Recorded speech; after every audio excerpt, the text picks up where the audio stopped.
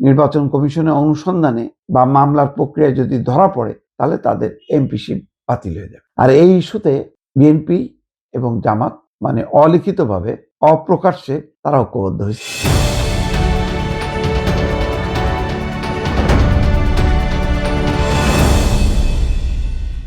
একটা ঘটনা দর্শক আপনারা খেয়াল করছেন যে এবার কিন্তু ঋণ খেলাপির চেয়ে দ্বৈত নাগরিকত্বের বিষয়টি খুব গুরুত্বপূর্ণ হয়ে সামনে আসছে।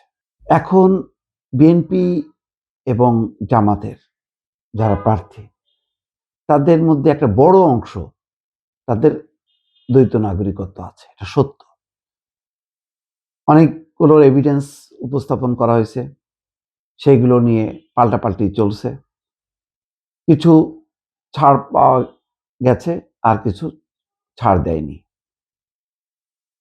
বিএনপি এবং জামাত এই ইস্যুতে সম্ভবত ঐক্যবদ্ধ, কারণ বিএনপির প্রায় ৩০-৩৫-৪০ জন শোনা যাচ্ছে, জামাতেরও উল্লেখযোগ্য সংখ্যক প্রার্থী তারা দ্বৈত নাগরিক। কেন দ্বৈত নাগরিক? এর আবার একটা ব্যাকগ্রাউন্ড আছে। গত ১৫ বছরে নির্যাতন নিপীড়নের শিকার হয়ে তারা মানে বিদেশে বসবাসের সুবিধার্থে এবং আইনের বাইরে যাতে কোনো আইনের দ্বারা তাদেরকে যাতে কুপঘাত না করা যায়, সেই কারণে তারা যেখানে পেরেছে তারা সেই দেশে নাগরিকত্ব নিয়েছে। সেটা আমরা শুধু আমেরিকা, কানাডা, অস্ট্রেলিয়া না, ছোটখাটো অনেক দেশও, সিঙ্গাপুরও আছে তার মধ্যে। আপনারা জানেন যে বিএনপি এবং জামাতের অনেকে আছেন তারা আর্থিকভাবে ধনী, তাদের পয়সা কড়ি আছে। পয়সা কড়ি থাকলে আপনার বিদেশে বসবাস থাকার বৈধতা, কাগজপত্র, সেই দেশের সিটিজেনশিপ নেওয়ার কোনো ব্যাপার না। সেই ঘটনা ঘটেছে বহু ছোটখাটো দেশের নাগরিকত্ব নিয়ে তারা সেফ সাইডে থেকেছে। এখন যখন একটি অনুকূল রাজনৈতিক পরিবেশ হয়েছে তখন তারা আসছে এবং তারা নির্বাচন করার জন্য তারা প্রার্থী হয়েছে।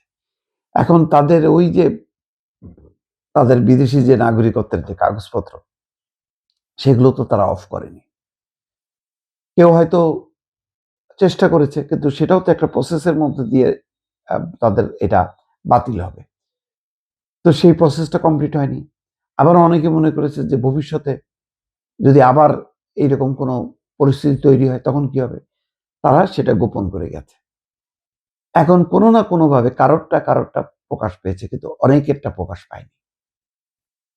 আর এই ইস্যুতে বিএনপি এবং জামাত মানে অলিখিতভাবে অপ্রকাশ্যে তারা ঐক্যবদ্ধ হয়েছে বলে বিভিন্ন সূত্র বলছে, এবং এটাকে অস্বীকার করা যাবে না। এখন উপায় কি ছিল?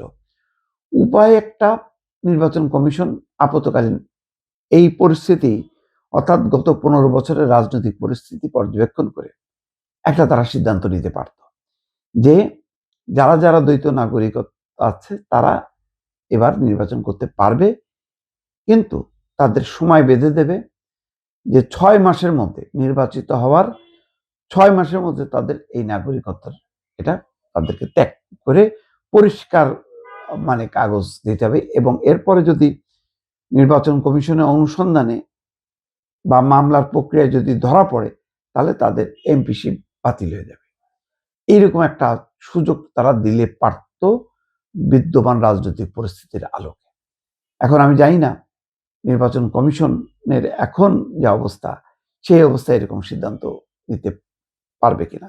যদি না নেয় তাহলে যেটা হবে, দেখবেন যে বিভিন্ন সময় নানা জনের তিনি অমুক দেশের নাগরিক, অমুক দেশের নাগরিক, এই তথ্যগুলো কিন্তু প্রকাশ হতে থাকবে, এবং যখন প্রকাশ হতে থাকবে তখন নির্বাচন কমিশন প্রশ্নবিদ্ধ হবে, রাজনৈতিক দল প্রশ্নবিদ্ধ হবে, ব্যক্তি প্রশ্নবিদ্ধ হবে যে তাহলে কি আইন সবার জন্য সমান না?